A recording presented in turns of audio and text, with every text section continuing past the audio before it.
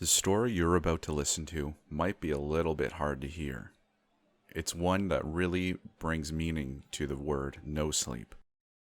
If you have a weak stomach and don't like graphic details, then please watch another video. However, if you're looking for something thrilling and something to keep you up at night, then continue on and enjoy the video.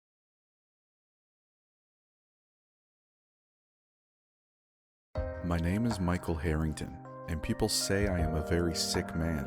This is the last opportunity available for me to tell my story. I just hope my lawyer will not dismiss what I have to say and throw it in the garbage. Every word is the absolute truth of what occurred this month. This will be the very same story I will tell in the court of law, and I hope that it is retold unedited, word for word. To anyone who will give it the time, I write this not to justify myself or my actions, but for anyone trying to understand more of what I never could. What feels like a lifetime ago began just last month, September 14th, 2017. I sat across from my wife, Kelly. She had been glaring at me since I got home from work, her emerald eyes puffy and red, threatening tears at any moment. She was clenching her coffee mug so hard that her nails scratched thin lines into the picture painted on the side of the cup, a sunset with the word Hawaii written above it. God damn it, Michael, she snapped and broke that evening's silence. Those green eyes flipped the switch from an empty stare that went right through me into eyes that burned with rage. You don't give a crap, do you? You would sit here and drink coffee all night and not say a word to anyone, and you would be perfectly content with that, wouldn't you? You just don't care about any of this. You know that isn't true, Kel, I said, staring into the blackness of my own cold coffee. I knew her moods and what right moves to make. It was best to keep calm and not feed into it myself. But given the situation, I would only last so long. It would only be so long before she said something that made me flip that same switch. She chuckled. Isn't true? The only thing that isn't true is when you say that you care about this family. When you say that you care about anything or anyone but yourself. She scoffed. I remained silent, remained with my head down, staring into nothingness. I considered walking out of the kitchen, but she would only follow me. I knew my wife, and she would be unrelenting in her pursuit. She would keep pressing buttons until I broke, or press some of hers myself. You don't care about me. You don't give a single crap. Look at you. You could care less about any of this. All you care about is when baseball season starts. You make me sick. Kelly, I growled, glaring up at her for the first time that evening. I knew it. You wouldn't say a word if I didn't insult your pride. That's all any of this is to you. That's all you care about. Yourself. We all deal with stress or grief in our own ways. I tend to be the more silent, brooding type. Kelly likes to lash out at everyone around her, especially ones who say they're trying to help. However, no matter how hard I tried to keep my cool, my wife always seemed to bring me on that same level. That's enough. I raised my voice. I wanted to keep calm, I truly did. But there's only so much stress a man can take. You know that me and the police are doing everything we can. Everything you can? Kelly rose up from the table so fast that her chair slid back, screeching its protest on the hardwood floor before it slammed into the island counter behind her. She jousted an accusing finger toward me. If you were doing everything you could, don't you think you would be out there right now, doing something? Doing anything? Her finger dropped and she shook her head like she had just caught me on the act of something disgusting. You just want this to be done with. Then you can go back to sitting around and watching TV all night. How dare you say that? How dare you even think that? For goodness sakes, Kelly, she is my daughter. I emphasized the last sentence, biting the syllables like an animal. Your daughter? Kelly reached for her coffee mug and threw a wild pitch at me. If she wanted to hit me, she definitely could have. Instead, the mug flew by me and crashed against the kitchen wall just inches from my head. It showered me with black drops of coffee, glass debris, and the aroma was instant, pungent, and cold. I shot up out of my seat. Since when is she your daughter, Mike? Since she never came home? You're so full of crap. You never wanted a daughter. All you wanted were boys. She placed a hand over her chest, gripping at her blouse. Then tears finally began rolling down her cheeks. The beads of water left streaks from her eyes that kissed as they met at the bottom of her chin. Sarah is my daughter. She is my baby. Kelly whimpered the last two words, then fell back into her seat, burying her face in her hands as she started to sob. It isn't a competition, Kelly. I looked down at the floor. at my shoes and the specks of coffee that surrounded me. I love Sarah just as much as you. You're only saying these things because you're angry. Angry? Kelly repeated into her hands. Her glare rose out of the cover. Her eyes were pinked with tears. If you care, then why do you never bring it up? Why am I the one who is always upset? Why am I the one who hasn't been able to sleep and has cried every night for the past 3 months?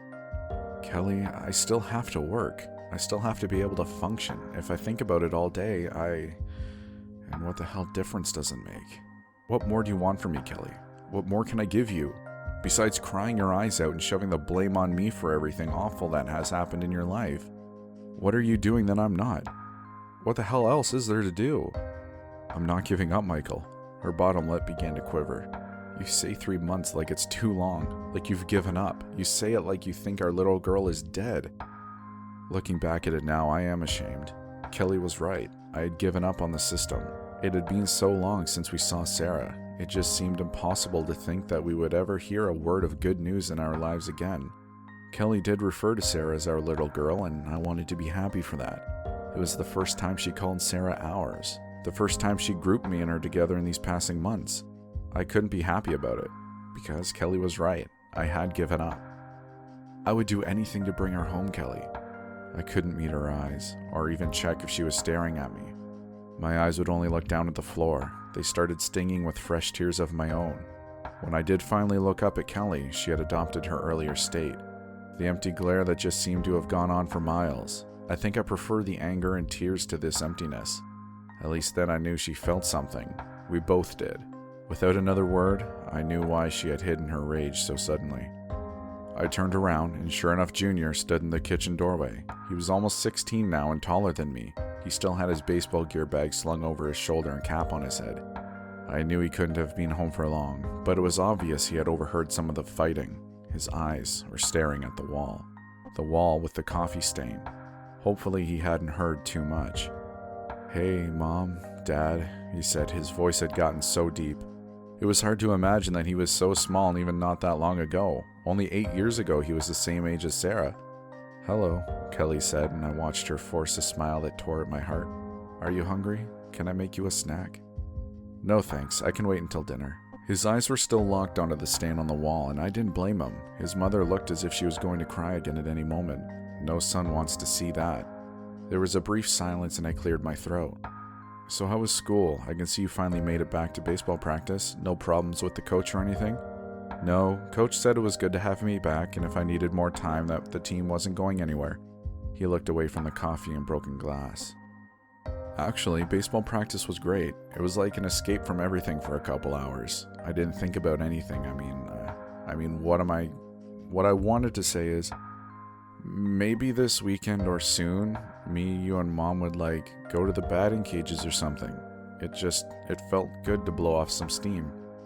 "That sounds like a pretty healthy suggestion. Let's wait until the weekend and see how your mother feels." And the phone began to ring. All of our eyes shot to the telephone.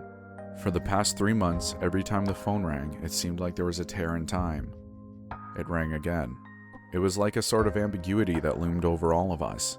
It could be anyone on the other line, a relative, a telemarketer, or it could be the detective with news about Sarah. And it rang a third time. But whenever that phone is answered, that all leaves and we forget what exactly we were hoping for in the first place. Maybe someone to tell me they found my daughter and she is alive. For the 4th time. Or maybe that they found her and she is dead. "Answer it, Michael," Kelly said in a whisper that I barely even heard. The trance was broken and I reached out for the receiver. "Hello?" "Faster, Michael. Please drive faster."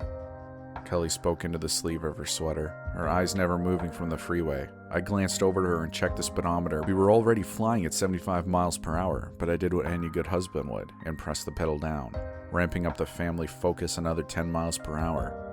All 3 of us sat in silence for more than an hour. Even Junior, who would normally be glued to his smartphone, or at least listening to music on even the shortest of car rides, sat unmoving in the back seat. I had a feeling he was thinking the same thing as me, Kelly as well. It didn't make any sense in the best possible way, but I had never been so happy to be wrong, and so ashamed that I had given up in my entire life. After 3 months of searching for Sarah, they had finally found my little girl and she was alive. After the first hour, it took us close to a second to reach our destination.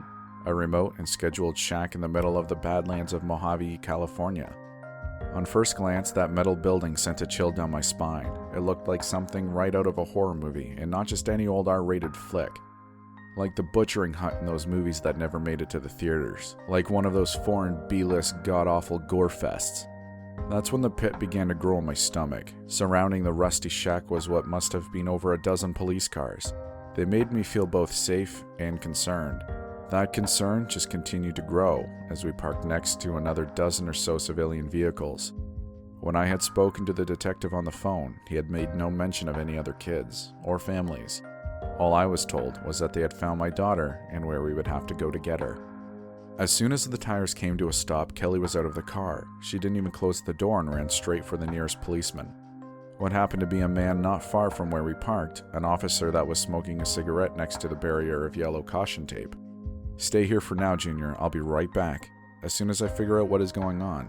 I looked over my shoulder at him and he nodded. Then, I unbuckled my seatbelt and started toward my wife.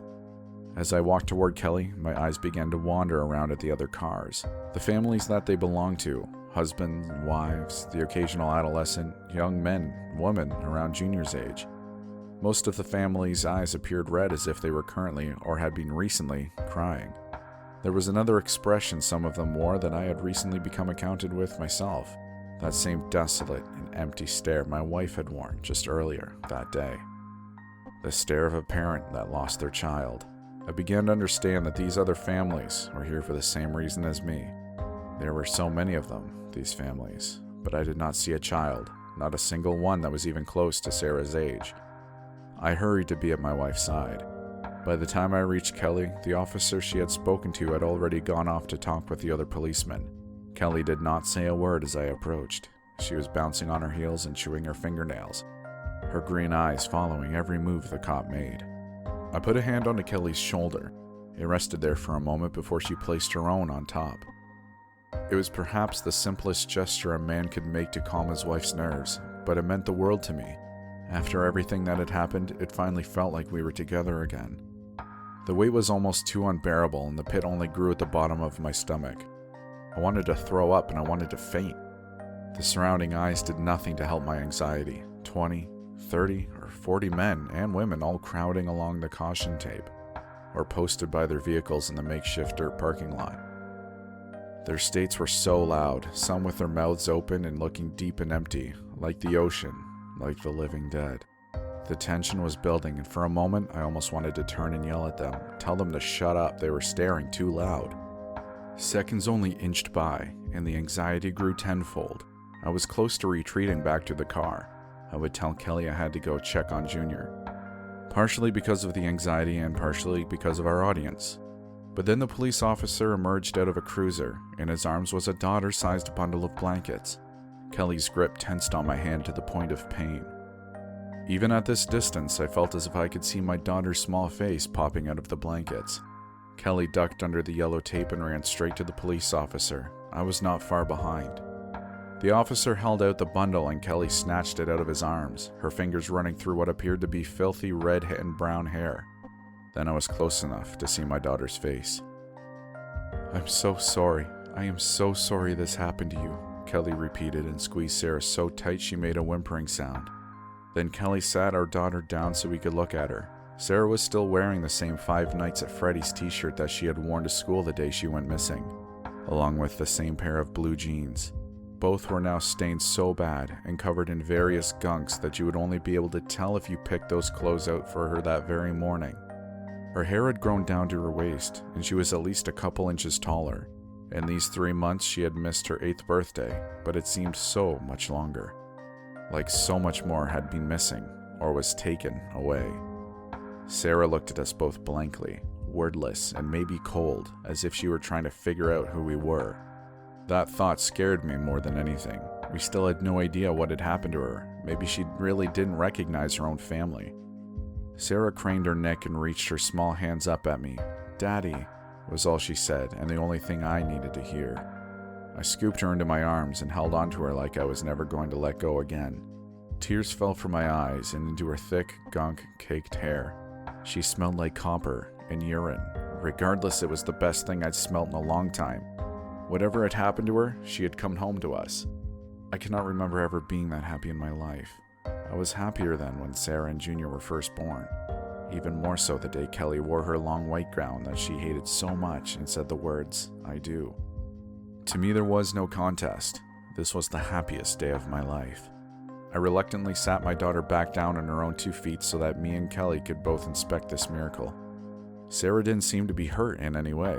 It looked as if a long bath and change of clothes would transform her into the same girl that was taken from us. Then I noticed a peculiar streak of grime down the middle of her shirt. It started from the shirt's color and stretched all the way down to her jeans. It appeared crusty and brown, and I knew immediately that it was blood. Although worried, I could tell that Sarah was not hurt, but if it was not Sarah's, then whose? The pit in my stomach reappeared and began to grow once more. I wanted nothing more than to pack my family up and drive home, never to look back on this day, but I couldn't. I needed to know what had happened in this terrible place, what had happened to my daughter. "Sarah, sweetheart, you should go back to the car with your mother. Your brother is waiting over there and he is worried sick about you." I looked to Kelly. I couldn't remember the last time she had smiled so big, and that alone calmed my nerves. She took Sarah's hand in her own and looked at me. "I'm going to need to speak with a detective for a bit." I cleared my throat. There was a quick flash of concern across Kelly's face. No doubt that she had been worried about the same things as me and wanted to know just as bad, or even more. The concern dissipated as quickly as it had appeared, then Kelly turned and led Sarah back to the car. It was a strange feeling watching them walk away, like I didn't want to take my eyes off Sarah ever again. I knew that Kelly would protect her better than I ever could, or at least as passionately. Yet as they grew smaller in the distance, I still couldn't help but worry. As I watched them, I again noticed the other families, the puffy-eyed, open-mouthed, empty stares. I knew I shouldn't stare back. I had no idea what they could have been going through, what they could have been here for. Then I began to really look at the families. Before it was just a glance, but really looking to them, there were so many. What could have been 100 or more people?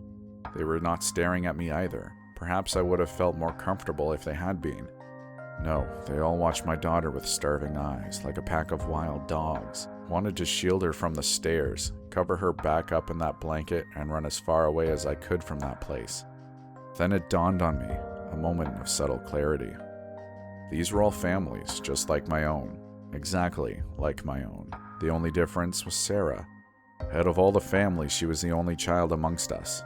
I had to know what happened here, what happened at this location these past 3 months. What happened to my daughter? The officer who had brought Sarah back to us still stood on the other side of the yellow tape.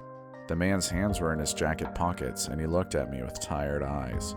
Tired or hungry. Hungry, like the other lookers who still stared at my daughter.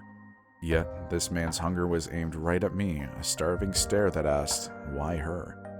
"Michael, I presume?" the officer said and pulled a pack of cigarettes from his coat pocket, his eyes never leaving my own. "Yes, how did you know?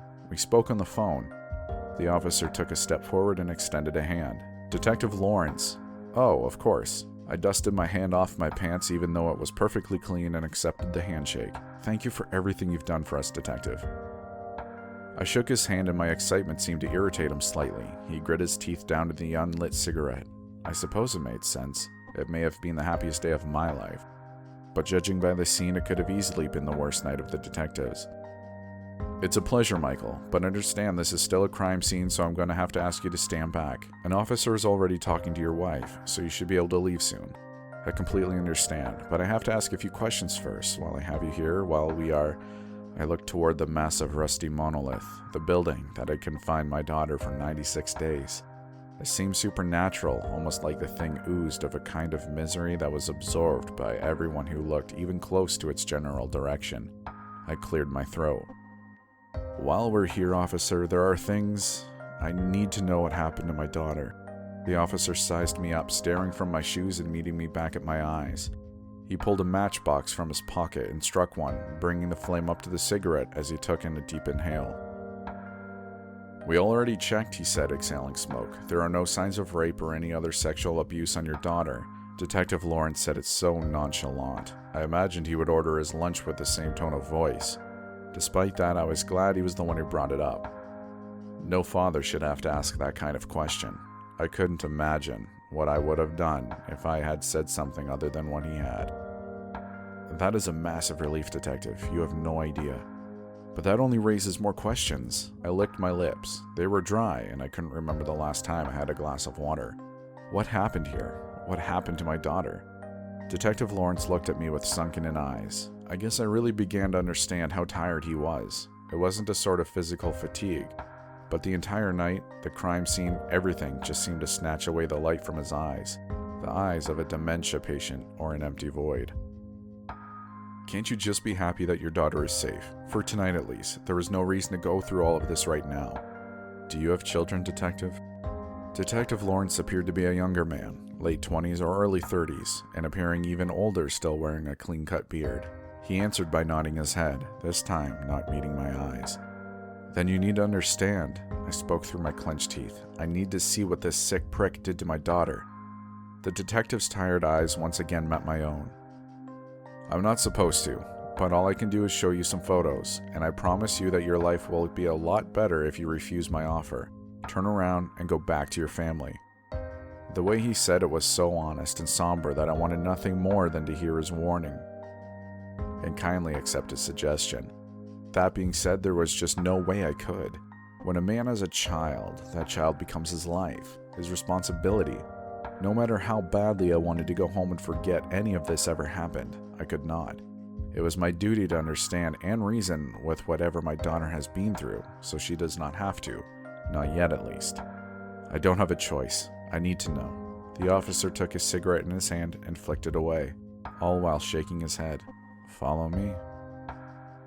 As we dove deeper into the Mojave crime scene, I began to notice all the police around. It must have been every on-duty officer in the county, maybe some off-duties as well.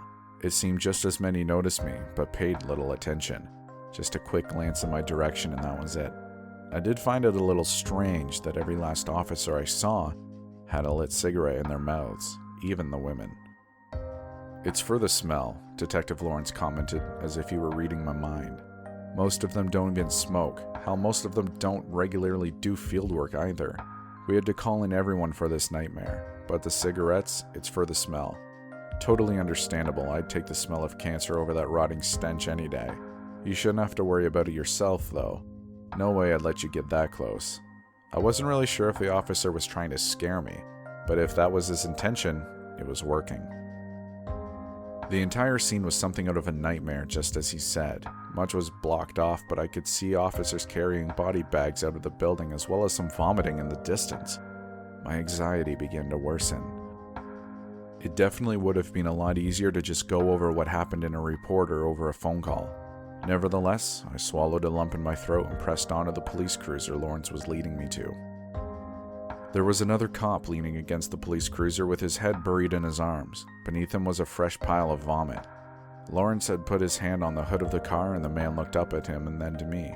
His eyes were striped with tears and he glanced over at Lawrence. Sorry, Detective, Don't worry about it, Lawrence said while waving the man away. The officer nodded to me and put a cigarette in his mouth as he walked away. Hop in, the detective said and fell into the driver's seat. I took in a deep breath. It was the last chance I would have to turn around and walk away. I looked at the metal building and exhaled. Second thoughts? Lawrence asked from inside the car. He had pulled a laptop off the dashboard and was typing away. I opened the door and took the seat next to him, folding my sweating hands into my lap. Normally none of this would be possible and someone else entirely would have to go over this with you. That's what's going to happen with the other families out there, but I have to make an exception for you, on the count that your daughter is alive, and I can get away with showing you some information only because I was already working the missing persons case on Sarah. That, and nobody's going to ask you about this crap anyway. You said because my daughter was alive. I cleared my throat with a cough.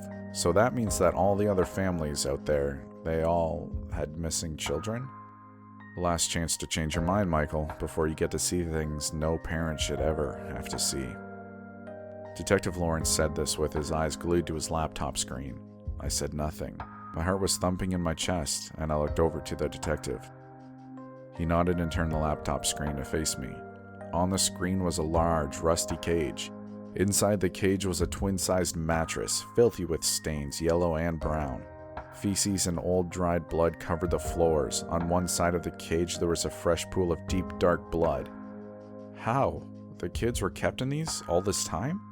The detective pulled the laptop away and shook his head, pressing his tongue against his cheek.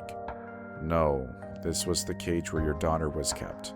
Out of respect for the other families and the other children, I'm only going to show you what you asked of me and whatever I can that has to do with your daughter. I don't understand. So he had these cages for all these kids then? No, he only had a cage. The detective's eyes met my own. For your daughter. The other kids, they were kept in a smaller cage.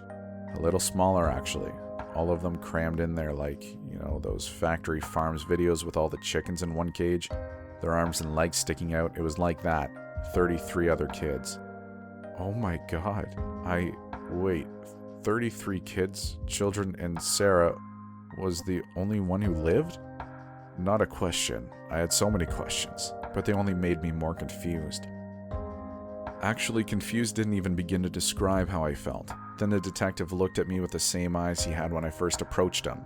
That hungry look that the other families looked at me with. Why her? Except it wasn't the same. It didn't look as accusing as I had thought it seemed. More like a person looks at an unfortunate soul, or homeless person. Like he felt sorry for me. Please tell me someone put a bullet in the sick screw-up who did this. Please, tell me he's dead. Detective Lawrence was typing into his laptop, staring at another photo, or rather, staring through it. Alright, well, at least tell me he's going to rot forever. If he isn't dead, he isn't going to ever see the light of day again, right? Lawrence's fingers stopped moving and he stared blankly into the laptop. As of right now, he is not in our custody. Not yet. When we showed up to the crime scene, he was long gone. The only reason we even found this location was because of an anonymous phone call. One that I believe the suspect made. My head was spinning and I rubbed at my brow. I wasn't sure if I was going to be sick or lose my cool and start screaming at the top of my lungs. I still held on to my sanity, for now, but I wasn't sure for how much longer. He called you out here, the man who imprisoned my daughter and murdered 33 kids? Wanted you to see it? The detective remained silent. Why? Lawrence tapped his fingers on his laptop, ran a hand through his hair, and let out a long sigh. I don't know. If I had to guess, he wanted us to see this. He wanted people to see what he did here. Why now? Why after all this time would he just stop and leave? Why would he leave Sarah? Detective Lawrence rubbed his brow with his thumb and forefinger as if to soothe a headache. You know, it really isn't fair that I have to be the one to tell you all this. Like I said earlier, I have kids too. When we first entered that warehouse, it was so frigging bad. At least a dozen kids, all hung up from hooks on a wall, cut open and gutted like animals, stripped them for their meat. He didn't feed in any way, just shoving them all into that cage. So many kids, little ones. Lawrence wasn't looking at me or the laptop, but through the windshield at nothing at all. That doesn't make any sense. You said he didn't feed any of the kids, but Sarah seems healthy enough. She is actually bigger than I remember. No way she could grow like that without eating. Detective Lawrence's gaze had failed to notice me. He continued to stare at nothing at all and mumbled to himself. Kids butchered, the officer said. Butchered, like livestock. Hearts, tongues, eyes, the sick freak. Then fed too. Lawrence paused and seemed to notice me again, breaking himself from his trance. Fed to what? I said in a low whisper, too scared that the detective would answer. I thought about the stain that ran down the middle of Sarah's shirt. Dried blood, relatively fresh. Then there was the blood in the cage that she had been kept in. He fed my daughter? I stopped myself and threw open the police cruiser door, letting loose all the bile my empty stomach could produce. We are doing whatever we can to find him. He has to still be in the county, but you need to get your girl therapy as soon as possible. If there is any good left in this world, maybe she can have a normal life. My stomach turned as I stared down at the sickness I had left in the dirt below me. You're lying. I knew it wasn't a lie. How could it be? Why would anyone lie about such an awful thing? It was already the worst living nightmare that could happen, but still, it couldn't be true. I couldn't let it be. I sat up suddenly and snatched the laptop away from the detective. He made little effort to stop me. Perhaps he didn't want to fight over the computer and risk damaging it, or maybe he had just stopped caring altogether. Michael, I wouldn't if I were you, was all he said, but it was too late. I scrolled through photos. The cage was first, then another cage, this one smaller with rusted bars. dried blood covered every inch. Then there were the hooks, the children with arms like pencils stuck on hooks dangling without skin, meat stripped from their little bodies, flies buzzing around them. Then there was the last picture I saw. Children don't know any better. Hell, if anyone was starved to the point of losing their own minds, they would eat anything that they were given. Starvation is a terrible thing. The body eating itself, anything would be better than that. Even then, it was still hard to believe that the little girl in the final picture, with fresh blood on her face and covering her hands, was my daughter, my little Sarah.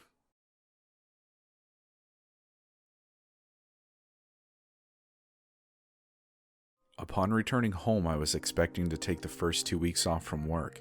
I wanted to set up a plan for Sarah, to get her into therapy as soon as possible. I had never expected anything to be normal after what she has been through. I wanted her to get any kind of help she could as soon as she could, but Kelly wouldn't hear any of it. I really couldn't blame her, especially the way things began to turn out. It was better than we could have hoped for, better than I could have imagined, to be honest. Sarah was normal, for lack of a better or more accurate term. It truly did seem like nothing was wrong with Sarah at all. It seemed like she had never even left. She played with the same toys, drew the same pictures, and wanted to watch the same cartoons. I had read about children suppressing terrible memories when they were young, but I wondered for how long until Sarah would remember the horrors she had lived through. After the first week, I decided to go back to work. Kelly stayed home with Sarah and was even talking about putting her back in school. I didn't see any reason I should stay away from the office. We were even picking the pieces of our relationship back up. The only fight we had since Sarah came home was when I brought up the idea of therapy. Kelly had shut that down. I never told her what Sarah went through in that desert hellhole. I just couldn't, and I didn't see any reason for her to hear it. We had been under so much stress in the time that Sarah was taken from us. Our relationship was on the brink, and I was so scared Kelly would never be happy again. If I did tell her, I feared it would consume her. Regardless, she was happy, and she would never ask, so I never told. After the second week of Sarah being home, Detective Lawrence called to check in and to tell me that they still haven't captured the human piece of crap responsible for my family's turmoil. I wasn't sure if I wanted to call him again. Even if they did find him, I just wanted to forget. Life was going back to normal, and it all seemed like everything was going to be alright. After all the awful imagining while Sarah was gone, then bearing witness to the worst reality. Despite that, it really did seem like everything was going to be okay. That was until week 3 when Junior came to me in the office. "Hey, Dad, can we talk about something?" It wasn't a very busy day for me. I was just emptying out my email, so I was happy for the company. "Of course, boss. What's up?" Junior started to smile, but it flatlined as he failed to meet my eyes. Instead, he looked down at his feet. "It's about Sarah. I'm really worried about her." I leaned back in my chair, putting my hands behind my head and studying the plain white ceiling. I took my time and a few deep breaths before replying. I knew this conversation would occur eventually, but still wasn't sure how to prepare myself. "I know, son. We all are. I spoke to your mother about looking into therapy, but she wants to wait. I think it's for the best as well. Just look at Sarah. You have to admit that she fell right back into place as soon as she came home." Junior looked behind himself and quickly turned back to me. He spoke with an urgency that I was unfamiliar with. Junior was by no means a slow kid. Actually pretty sharp if you ask me, but he seemed anxious about something. Call it father's intuition. "If you could, would you talk to Mom again about the therapy thing for her? Sarah is really starting to freak me out." I leaned forward in my chair. After getting a closer look at Junior's face, I could tell he had not been sleeping. His lips seemed to be peeling, and he had dark circles around his eyes. I tilted my head, looking into his eyes for a clue. His composure began to affect me as well, and I began to nervously bounce my knee up and down. "What possible reason could you have to be afraid of your little sister? Did she say something to you?" "She doesn't sleep, Dad," Junior snapped. "Never, not even for a minute. She makes it look like she does.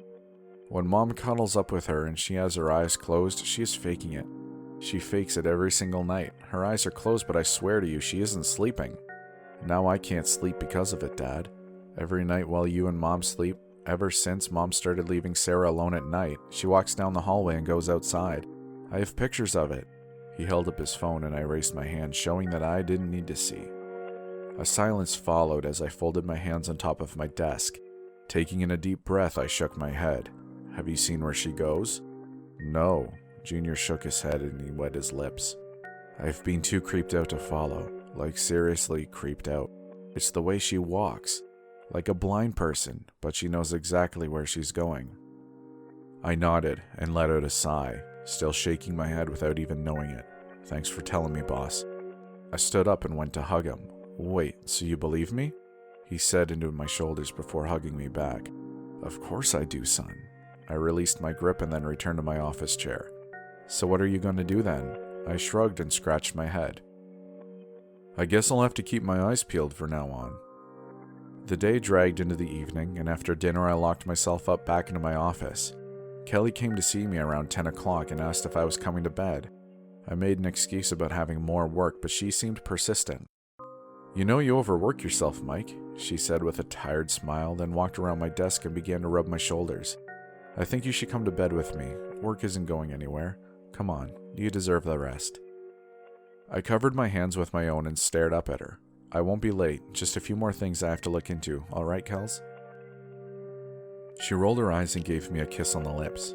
I guess one of us has to work then, huh? Just don't stay up too late, alright?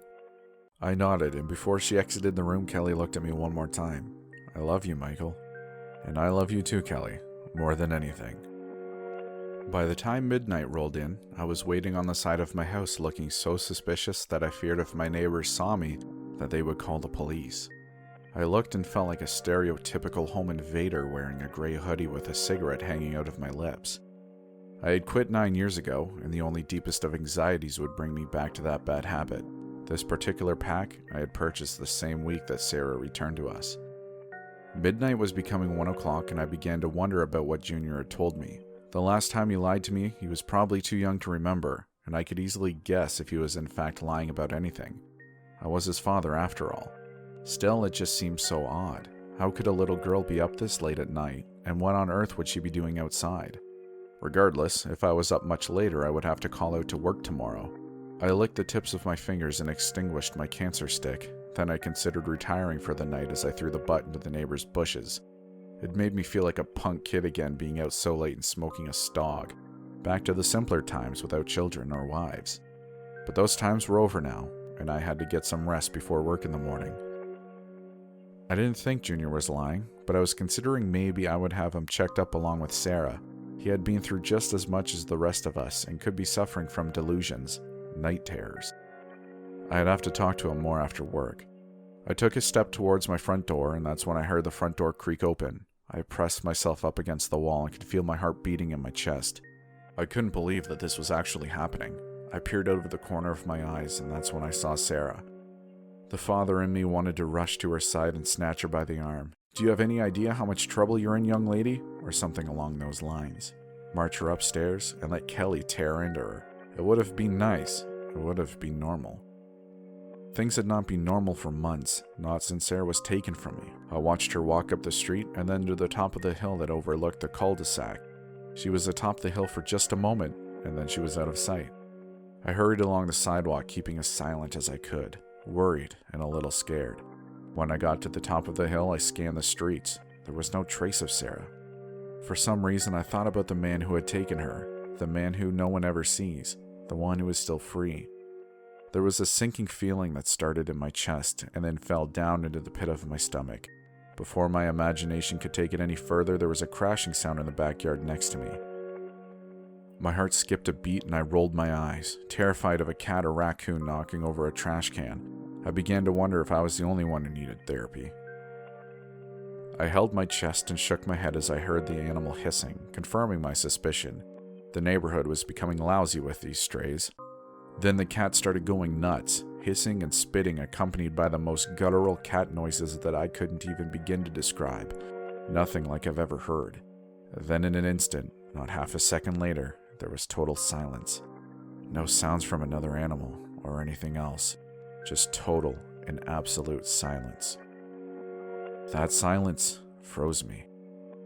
It wasn't like when I heard the cat knock over the trash cans and I jumped. This wasn't that kind of fear. That silence triggered something deep within my DNA. A fear as old as man itself, the fear that kept humanity alive. My instincts told me that the silence was not normal and I should run and hide, but I couldn't. Common sense told me otherwise. I would look over my neighbor's fence and I would either see the cat now silent, dead in the hands of a predator, or I would see nothing at all, nothing to be afraid of, and I would call myself crazy. I took a step forward and stood on my toes. Stretching my back and neck, I peered over the fence. The first figure I made out was Sarah. She was holding a cat up into the air, but not with her hands, not with those little hands that barely filled the palms of her father's. There was a third hand. Her small forehead was pulled so far back that it looked almost level with her neck. A long gray arm stretched from deep inside of her and exited through her maw, wrapping long fingers around the freshly killed feline's head. The arm was the same color of stone, and instead of fingernails, long white hairs shot from the tips of its bony fingers, wrapping themselves around and squeezing the entire cat's body into a tight cocoon. The arm slowly retracted back down Sarah's throat. As the cocoon entered her throat, began to bulge outward, bubbling up like a grotesque frog. There was a wet grunt, and the arm disappeared, hidden deep within Sarah. Upon reflecting back to that night, I would say I felt cold and sick, sicker than I have ever felt before. The fear that found itself into my conscious mind was like nothing I could ever imagine. I think at one point I went into shock. I do not remember returning home after that. I only remember entering my study door and locking it behind me and spending the rest of the night watching that door with eyes more open than ever before, and Junior's baseball bat in my hands. All I wanted was to wake my family and run away. After what I saw that night, it was the only logical explanation. But Kelly would never follow me. How could she leave our little girl behind? I just don't get it, Michael. There is nothing wrong at all. Why can't you just let us be happy? Why do you want to change everything? Kelly was cleaning the countertops in the kitchen when I approached her. Now she had her hands on her hips and a tired look about her. You know I only care about our family. I'm just worried, Kels. Sarah's been through so much. I'm just suggesting that she goes in for a routine checkup. Even if nothing happened, she is due for a checkup. And I think we should also consider a psychiatric evaluation while we are at it. She looked at me for a moment until she rolled her eyes and took a step closer. All right, Michael, Kelly said with a small smile growing at the corner of her lip. She walked up to me and kissed me on the lips. Only because I can see that you're actually worried. Whatever helps your mind rest. I stared into her beautiful green eyes. I've looked into them so many times that I knew exactly where to look for the specks of gold within that emerald that was her iris. Then Kelly walked away and down the hall, towards Sarah's room, and the pleasant memory and feeling of my wife's soft lips on mine both disappeared. All I could think of was that long gray hand that stretched out of Sarah's throat. It couldn't have been real, but I knew it was. There was no explanation. I needed my family to be as far away from Sarah as possible. My mind was made up. After dinner tonight, I'll take her to as many doctors that I can. Surely one of them will find an answer, or at the very least, a reason to keep her away from us. Junior was a little late home from baseball practice that evening, but when he was home, the first thing he did was rush up to me, dropping his baseball gear bag on the kitchen floor as he hopped into the seat to my side. Is that really where that belongs? I asked him with a raised eyebrow. What? Oh, I'll take care of that in a second. I didn't see you this morning. I was worried until Mom said you were sleeping in the office. You saw her, didn't you? Tell me you did. I had been cleaning the stovetop, but I stopped in that moment. Turning away from Junior, I pulled in a long and cold breath. Yeah, I saw her. You said you never followed her, right? No way. I tried to, but couldn't. I was just way too freaked out. That's why I came to you. So what does she do? Where does she go? I walked to the coffee pot and poured myself a cup. Looking into the dark black liquid, I saw my reflection. Sarah is really sick. What does she have? I have no idea. Parasites, maybe, if I had to guess something like that.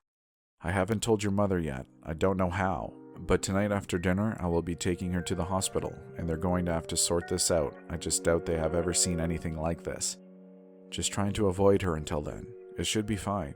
I mean, it has been up until now. I turned away from the counter and approached my son. Putting my hand on his shoulder, I smiled. You did the right thing coming to me with this. Thank you for that. Thank you for believing me. I'm your dad. I'd believe you no matter what you told me. Hey, do me a favor and pull dinner out of the oven in about 10 minutes, alright? I'll go grab your mom and your sister. I started towards the hallway, and about halfway down I shouted, "Kells, dinner is about done. Come on, ladies." When I approached and knocked on Sarah's door, I spoke up again. "Hello, where are my two favorite girls?" When there was no response, I assumed the two had been napping, a habit they had picked up together in the few weeks Sarah had been home. Kelly really couldn't take her eyes off Sarah, not for long. I considered that a good thing. I really did now, after bearing witness to what I had. I opened the door. It's so strange how we see actors in a horror movie see something awful and they either freeze up, scream at the top of their lungs, or run away. I only see those reactions applicable in certain situations, like, say, a bear chasing you in the woods. But even then, true fear, true terror, is nothing like that at all, especially when you add pain into the equation. Like a loved one being hurt in front of you. When a bear chases a person in the woods, it's a primal fear. If you have a weapon, you fight. If you don't, you run, and those are your only options. When it isn't that simple form of animalistic fear, whenever it's emotional fear, you freeze up. When I saw Kelly on the floor with her eyes scooped out of her skull and her mouth stretched open wide, blood flowing down her chin and unto her favorite white blouse, her arms and legs spread eagle upon a pond of her own blood, her heavy chest cavity ripped open wide and organ meat scooped from her insides. When I saw that, there was no initial reaction. There was no blood-curdling scream. In that situation, the only way I can think about describing what happened is oblivion. I was crying, I know, not tears running down my face or anything like that. The ugliest cry I could think of, snot and tears and spitting as I reached for my wife's body, but then retreating my hand back, trying to make sense of what happened. Trying to make sense of anything. Then there was pain, an indescribable feeling, a crushing pain that still presses upon my chest at this very moment. I've done my best, but nothing could ever begin to describe the horror I felt that night, looking upon my mutilated wife and the creature that hovered over her, and I will not describe anymore. The monstrosity that wore my daughter, like a snail wears its shell. The gray devil spilled out Sarah's mouth and dragged her behind like a snot in the end of its rope. Slender gray torso the same color as yesterday eve. It suckled upon its greasy blood-stained fingers and looking up at me with white colorless eyes. The thing pulled its fingers from its mouth and then let out a high-pitched scream, a scream that did not belong to this demon, but sounded more like my 8-year-old daughter throwing a fit. The shriek broke me from my stupor just in time. The creature advanced towards me with appendages that looked like dirty pieces of thick rope. Sarah's body slithered snake-like, trailing behind the devil like a tail. "Junior!" I yelled as I turned my heels and began to run down the hallway. I did not make it even halfway before I felt a tug at my ankles. I fell to the ground hard and fast. The force knocked the wind from my lungs. I rolled onto my back and saw the horror close up now. White hairs shot from its fingertips and wrapped themselves around my legs, cutting through the jeans and the meat of my leg like razor wire. I cried out and the creature reached its free hand forward, moving it toward my throat. The thin white hairs thrashed like eels from the tips of its fingers. The creature looked up, and a second later there was a metal flash as Junior's baseball bat soared through the air and made contact with the creature's face. There was enough force to rip the creature off of me and send it on its back. Before the creature had hit the ground, Michael Jr. already had the bat raised up to the sky and brought it down on the fiend's skull. Every time Junior brought the bat down on the thing, it made a grunting sound. That sounded like my 8-year-old girl. Every time it tugged at my heart. But Junior was not fooled. He kept beating that thing until it turned into a gray gel and liquefied into the carpet. The only thing that remained of the fiend was Sarah's body, lying face down on the hallway. Her head was still stretched back, so both her bottom and front teeth were against the carpet. I felt like I was going to be the worst kind of sick. I couldn't tell you how much time had passed, or when I got to my feet. Junior had moved to my side, and we both stared down at Sarah's distorted body, wordlessly. After a bit of time, I was tempted to offer Junior a drink of stashed whiskey, but he was the one who broke the silence. "Where's Mom?" His eyes were still locked onto Sarah's body laying in the hallway, the gray slime that dried on the carpet, but the way he asked the question, I knew he had guessed what happened. The wound in my heart was still too fresh. I thought about Kelly's body in the room down the hall and I nearly shut down. All I could do was shake my head. Junior finally looked over to me, then backed down as I confirmed his suspicions. "God," Junior said and buried his palms into his hands. "This is so screwed. Just so messed up." What the hell even is this? What do we do, Dad? We have to call the police, I coughed. Tell them what happened, but I don't think they will believe any of this. We will tell them everything that happened. Junior threw open a hand towards Sarah. They will see this crap everywhere. I mean, it's still leaking out of Sarah. Scientists will test it and find that it's whatever the hell that thing was. What the hell is this? I still felt the shock, but Junior was making sense to me. I felt like I was going to shut down, but he was the one who saved me. He was the one who was still keeping us cool, thinking on his feet. You're right. That's all we can do then. And hope. Hope for the best. Suddenly a loud beeping came from the kitchen. The fire alarm. I looked at Junior and assumed he never took the dinner out of the oven. The police will be coming even sooner if the house catches on fire. Come on, I said, then made my way out of the hallway. I grabbed a pair of oven mitts and pulled the burnt lasagna from the oven, the alarm still beeping above my head. I stared into the burnt pan filled with red and black goop, a disgusting and unappetizing burnt smell stretching out from the meal, the last meal Kelly would ever make. The image of the monster that had come out of Sarah continuously flashed inside my head. My family, I had lost all of them, except for my son. At least I had him. I turned to see if he had followed me out of the kitchen, but he was not there. "Junior!" I shouted, and there was no response. I began to run. I ran into the hallway and seized up. If there is a God out there, I do not want his sympathy. I don't want there to be a God, not after what he has put me through. When I turned down the hallway, it was too late. Junior was already on the floor and blood pouring out from the massive wound on his neck. His lifeless eyes looked up at the ceiling, up at nothing. Sarah was on all fours next to him, her jaw unhinged. She swung the top of her head upwards so her mouth was open at nearly a 120-degree angle, and then she dropped it down on Junior's neck once more, severing his head from his shoulders. It rolled lifelessly on the floor and stopped whenever Junior's dead eyes were upon me. Those emerald green eyes, same as his mother, the ones where I could pick the specks of gold out from the green of the iris. Sarah, or the demon she had become, was so focused on her meal that she did not notice me picking up Junior's baseball bat off the floor. I have described my wife and my son's deaths. I will not describe the scenario where I smashed my own daughter, or whatever she was now.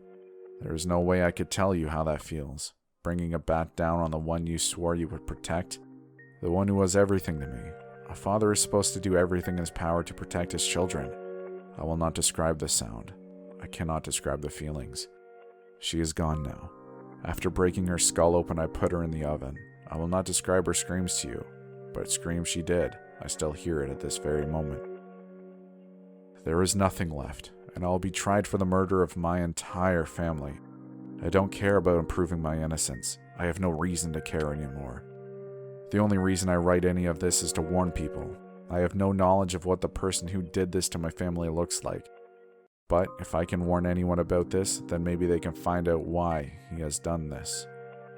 This brings the Michael Harrington account to a close. He had written another page, perhaps two, but destroyed both and refuses to speak to anyone on this subject.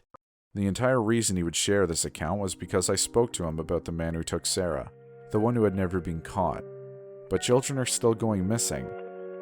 I do not know if Michael can be trusted by his word. When I spoke with him, he was definitely not the same anymore. But one thing that remains fact is whatever happened in that steel complex found in Mojave, California, and what continues to happen on this very day. Children are still going missing everywhere. We have reason to believe at this point that there could still be multiple children snatchers. We do not know their motivation. But stay vigilant and contact the authorities immediately if you see anyone fitting the description. The only clue we have as to the appearance of the child snatchers is a clue given to us by Mr. Harrington. He left this part out of the story, but has given me permission to share it with the public in hopes of bringing this individual, or individuals, to justice. At one point, Sarah referred to her captor as the Gray Man. Once again, if you have any information, or see anyone who could resemble this Gray Man, please contact the proper